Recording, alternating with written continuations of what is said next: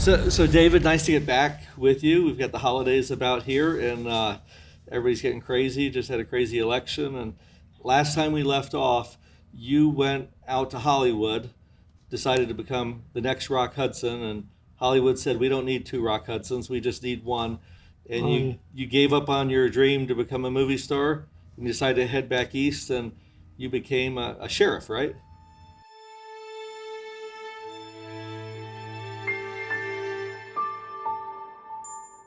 right. Why'd you become a Well, sheriff? I came back and I needed a job, and I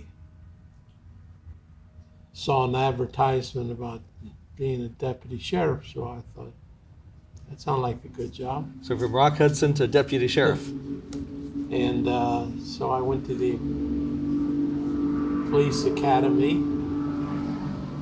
and my couple of things that happened that are noteworthy. While I was at the police academy, I set the record up till that time in marksmanship. I had the highest score of shooting a gun. I'd never shot a gun before in my life. I was kind of proud of that. But about 3 months into being a deputy, we get a call. We were on Miami Beach, which was part of our territory. We get a call to go out to the other end of our zone, which was the Everglades. Two twin boys were missing. So we it took us 15 minutes to get there, and that was with sirens, red lights, and going 100 miles an hour.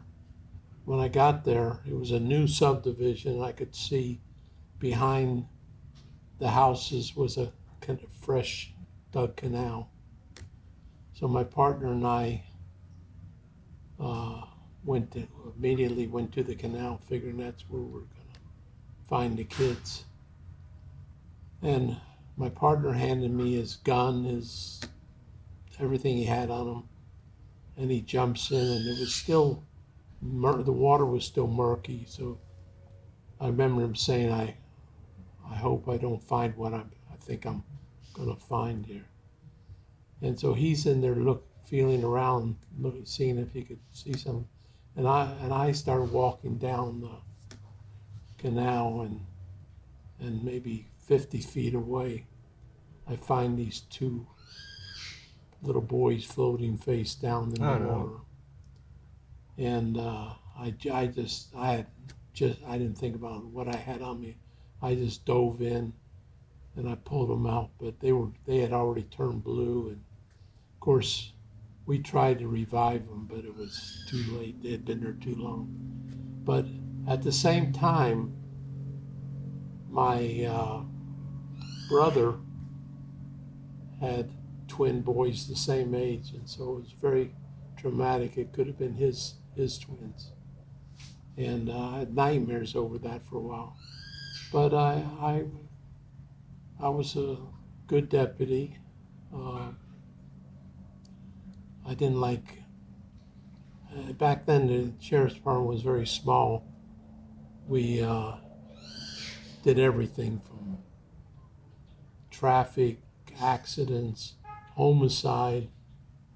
I mean, It was like the Andy Griffith Show. You did it yeah, all, we did it all. and then after And that, then our zone was, as I said, was very large. It took 15 minutes to get to it from when we checked in.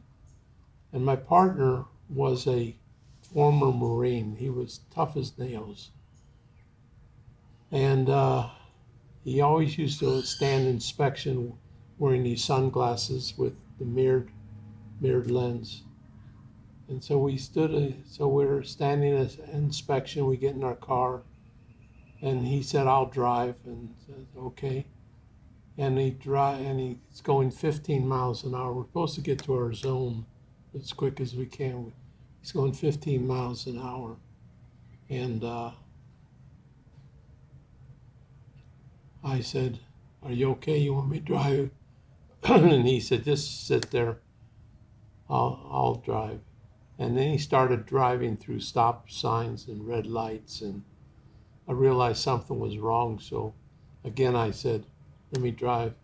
He unsnapped his holster and he pulled out his gun, and he had a 44 caliber Magnum, big gun. And he pulled it out and he pointed it at me and he said, don't tell me what to do. And I said, I pushed the gun away and I said, okay, do what you want to do. So I come back, and by that time, I'd also called my sergeant. By that time, my sergeant had been pulled up. And he had said this was his girlfriend. He was married. He said this is his girlfriend. And he bent over to pick up the dog, and she reached over and grabbed his gun and was going to shoot herself, and he tried to prevent it.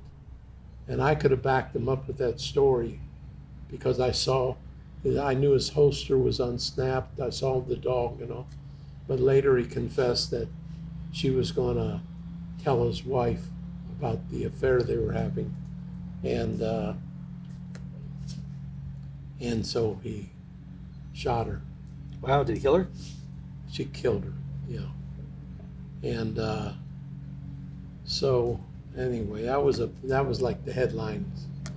And is that what made you want to get back into business? Because you started a TV repair business again. At the same time, my father was had a business, was having health problems, and he had to go to the hospital, and so I took a temporary leave of absence, but I never went back. That's when you started the TV repair business again back Then here. I went back because I knew the business. I had gone in TV repair in 1953, which was 4 years before.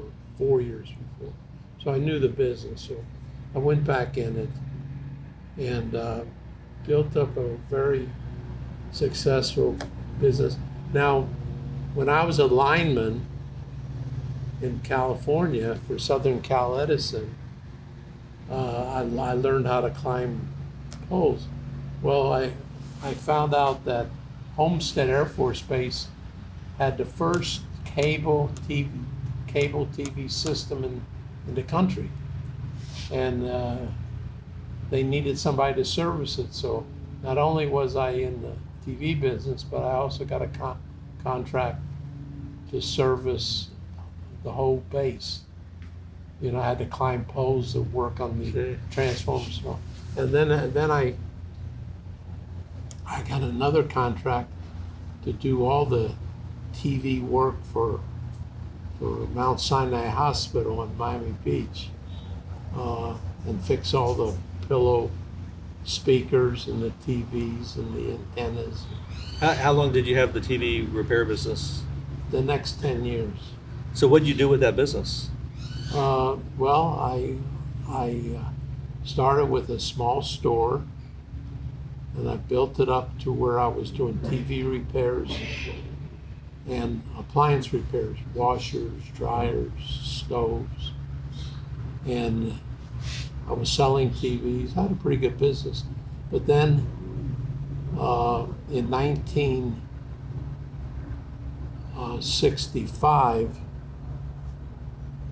I also got into the exporting business, and I'd even go over to the Bahamas once a week and take boxes of candy and phonograph records and clothes and TVs, and I'd sell them to the natives in the Bahamas. I went every Wednesday to do that. I think I really went to gamble because they had just opened a casino in Freeport. But so I was running my TV store, and then in 1965, my father had a big furniture store in the same area, and he sold it. And the guy who bought it didn't like the business, And so in 1965, he asked me if I wanted to buy the business. And so I bought this. And this was like a mini Walmart. Oh, I made it into it. It was a furniture store, but I made it into like a mini Walmart. I put in a record department. I put a toy department, hardware, uh, carpeting, everything, TVs. And I also collected water bills, gas bills, electric bills. So I mean, I built a very successful business. And so I closed down my TV and appliance stores, and I moved everything to this big store. At one point, I was a deputy sheriff, I had a TV store, and I was a full-time student at the University of Miami. And I would work the 11 o'clock to 7 in the morning shift with the sheriff department. I would do my whatever studying I had to do in the patrol car. I'd sleep in the patrol car, and then I'd get off at 7, and I'd start classes at 8 o'clock at the University of Miami. See, I didn't even have time. I'd go in my uniform because I didn't have time. what a lot of young entrepreneurs don't realize is there was a time in my life where I had a stucco drywall business, and I was a disc jockey, and I had a mobile DJ service. And during that time, I would go to work at night at 5:30 or 6 o'clock, and I would do happy hour, and then I would DJ till 2 in the morning. I would sleep from 2:15, 2:30 until 5:30 in the morning. Then I would go to my stucco drywall business from 6 in the morning till 3 in the afternoon. Then I would get dinner, then I would get to do it all over again. So for a time, I would sleep 4 hours a night, Yeah, and that would be it. I probably did too, and I had an active social life as well. Yeah, you got to squeeze it in there somewhere. So, and then I worked as security at flea markets on the weekends, because the sheriff's department only paid I think $160 every 2 weeks. We didn't make much money, and then I went to class from about 8 o'clock until 3 o'clock in the afternoon. And like I said, I wore my uniform, and then I'd go from there to run my TV stores, and then at 11 o'clock at night I reported for duty. Anyway, in 1959, when I got drafted into the military, and I ended up in the Air Force, the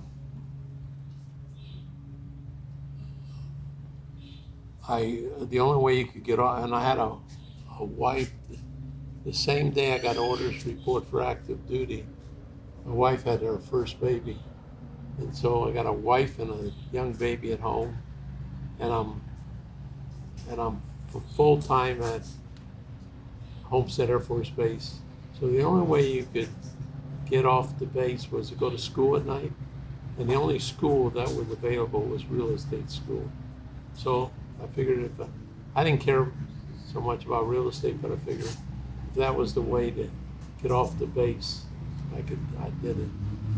So that was your start of getting your real estate career, your real estate license. So I got my real estate license in 1961, and so as I said, and then I was delving in besides the sheriff's department. No, the sheriff's department was before that.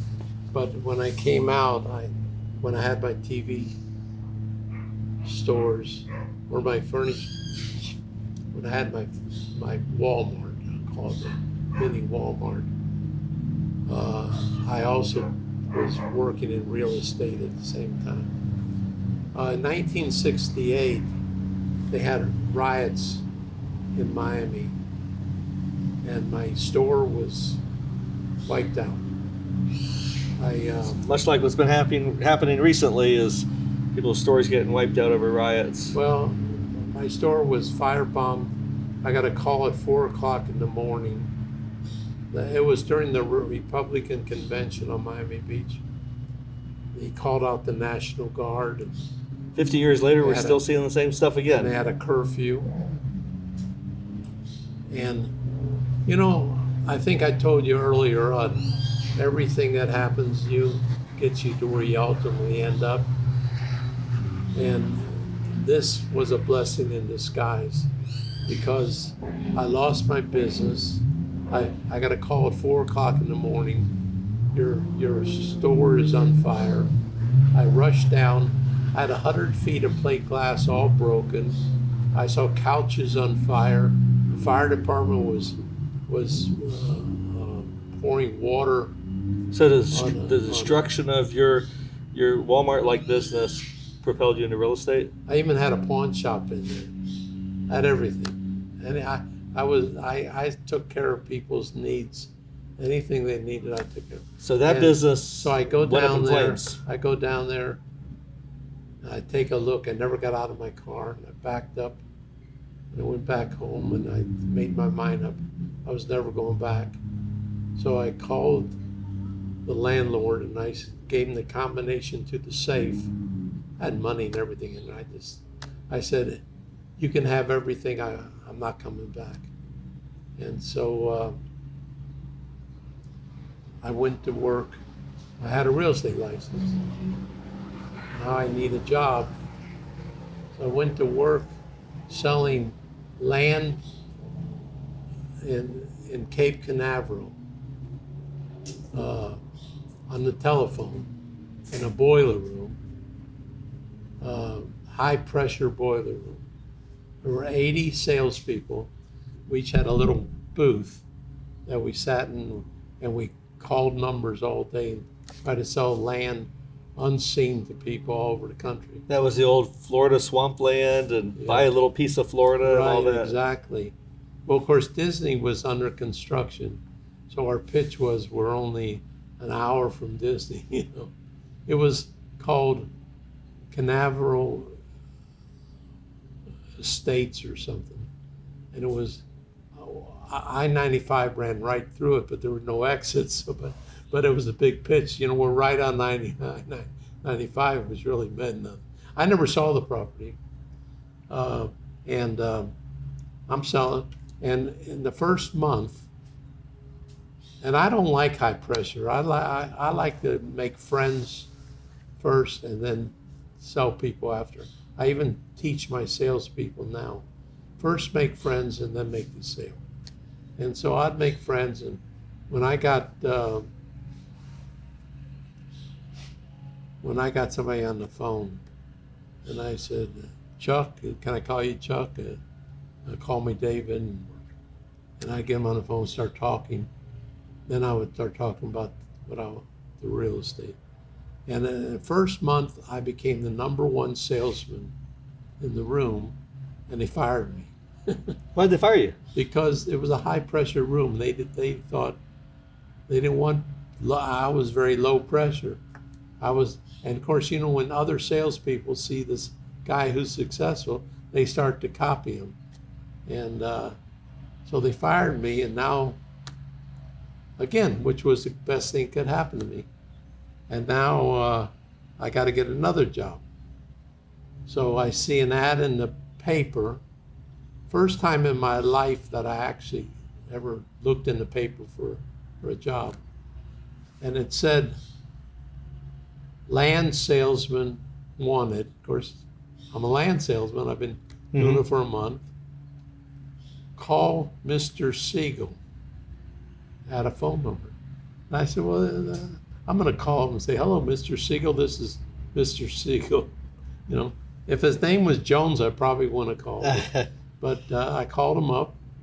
I talked to him on the phone. He called me in for an interview, and he hired me. And this was a company that had 2,000 acres at the intersection of I-4 and US 27, 3.5 miles from Disney World, which was under construction. And so they would give me leads, and I would call on the leads, and Anyway, I was there a month. I didn't sell a damn thing. 1 month I didn't sell. But let me stop you for a minute. You know how small the world is? At the intersection of I-4 and US 27, a couple of years ago, we built a Chick-fil-A and a Wawa. And we still have it today. We've got 5 acres right on the corner of that intersection. Well, I was the broker, real estate broker, for the, Posner Park there. The Posner, yeah, we looked at buying the before Posner that, property. Before that, it was just Orange Grove, and then Mattel owned Circus World. Owned Ringling Brothers. And in 1973, I was the broker. I sold the land, 750 acres, to Mattel. And I was at the grand opening of Circus World. I remember Circus World from being a kid. So let me ask you. So Do you know Dick Baxter? I do know Dick Baxter. All right, well, I'll tell you a cute story. Dick Baxter was a model, 73, young guy. He's probably in his 20s. And he's standing in front, dressed like a ringmaster. And I stopped and I started talking to him. And it turned out that he was dating my next door neighbor's daughter, Terry Kelly. And he was also dating, oh my God, she had a Delta Burke. I remember Delta Burke. And he was also dating her. And she later on became famous. She had a TV show and all. But, and Dick wanted to run for state legislature. And even though he was a Democrat, I liked him so much that I was his finance chairman. And he won. And I supported him he won like 8 times in a row or something, until he decided to run for Congress. And he was a single guy. And the guy who, Bill McCollum, beat him because McCollum had a wife and kids and a dog. So the picture showed Bachelor being a bachelor and McCollum being a family. McCollum beat him, and then Baxter finally got out of politics, and now he advises politicians. But when he first went to the state legislature, he needed a job. So I had a riding stable. So I used to take trail rides. This is over on my first property, which was Westgate. Wait, hold on. Before you get to Westgate, because I'm going to go in that minute. So you left you got fired from this job as a broker because they didn't like your sales method, and Right. you were hired by Mr. Siegel, Yeah. and you did a big transaction, which the Posner property is at 27 and I-4. Yeah, but that's not for them. It's all built. Oh, so That was way later. So I have no money. I lost my business. Everything I had in the world was in my business. I have a wife, and by that time, 3 children, and I have to work. I have to make some money. So I'm there a month, and I don't make the first sale. And so they give me. The company that I went to work for, a company called Land and Leisure, they had their spokesperson was Chuck Connors, the old rifleman from TV days, and they said Chuck Connors they called it Chuck Connors Wonderful West and Chuck Connors Dude Ranch Motel and all, and he was going to build all that, and so. They had done some advertising in the Florida Trend magazine, and they had all these leads. Well, I'm getting desperate. I don't have any money. And so I said, give me the leads. They had leads from all over the state. I'm not able to sell the property in Miami, but I'll go out on the road. Well, I drove up, went from Miami to Orlando to Jacksonville to Pensacola. I'm out a week and I haven't sold a damn thing. And by the time I got to Tampa on the way home, I'd already made up my mind that this is not for me. I got to do something else. And so I stop in Sarasota. Now my background through my ex-wives and all was circus business. They were in the circus business. So I met people in the circus business. So when I got and Sarasota is a circus Yeah, home to John Ringley. winter quarters. So when I was in Sarasota, I remember these people I knew from high school, and I figured I'll see if they're in winter quarters, and I'll call them up. I call them up, and I got them on the phone, and they said, "Well, come over." And I went over to their winter quarters, and they said, "What do you do?" I said, "Well, I sell investment property." And they said, "Well, show it to us." And I said, "I didn't come here to sell you anything. I just came here to visit."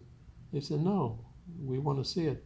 Well, anyway, I ended up selling 2 pieces of property. I mean, it was like $6,000 sales. Each one was like $59.95 or something. And they both bought one. Oh, the people bought one, and then their foreman bought one. They wanted to be right next to the Chuck Connors Dude Ranch Motel, you know. There was not even a road in this property. I mean, it was just bare land. So how did you come to And sell so in the circus world all property? of a sudden, I made $350 in each. I made $700. Back then, $700 in 1 week. It was a lot of money. That was a lot of money. I said, "Wow!" I got excited, and then I went back. From mentally quitting the job to all of a sudden I'm excited. I made $700 in 1 week, and so I came back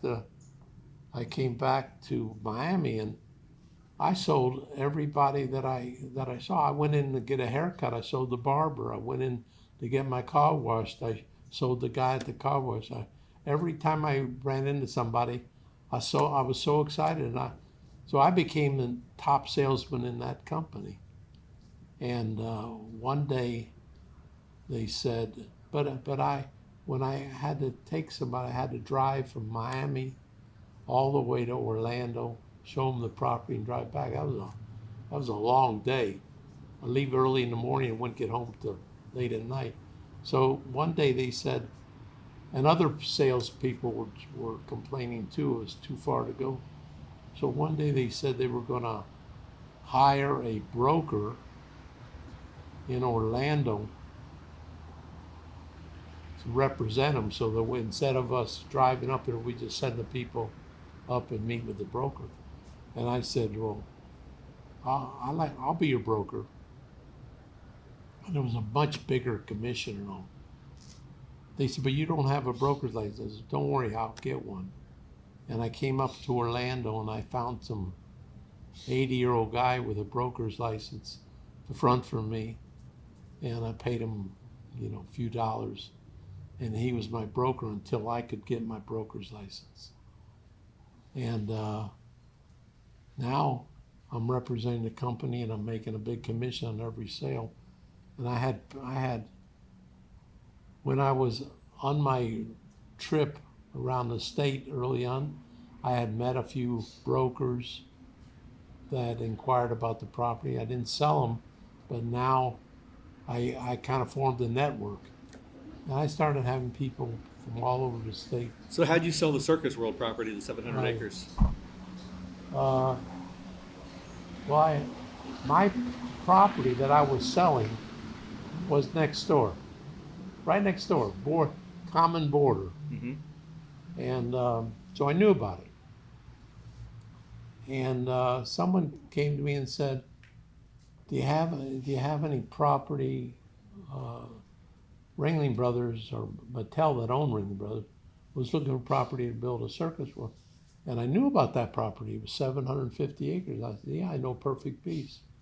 And so I was able to broker it. And how big of a transaction was it? I don't remember, but it was, I you remember how big your commission was. I don't remember that either right now. It was sizable. Was that your first sizable brokerage deal? Yeah. Okay, and then you said you got into Westgate. You hired Dick Baxter. And before we do that, that'll be our final episode to wrap up with David, the story of how Westgate began. We've heard this long career that you've all about hustle. But you see, everything that happened to me got me to where I am today, And we're going to talk about Westgate. Had I not answered that, I wouldn't have known about the property next to Posner Park. All that. Yeah. So let's talk about Westgate next episode. So now we'll do Westgate.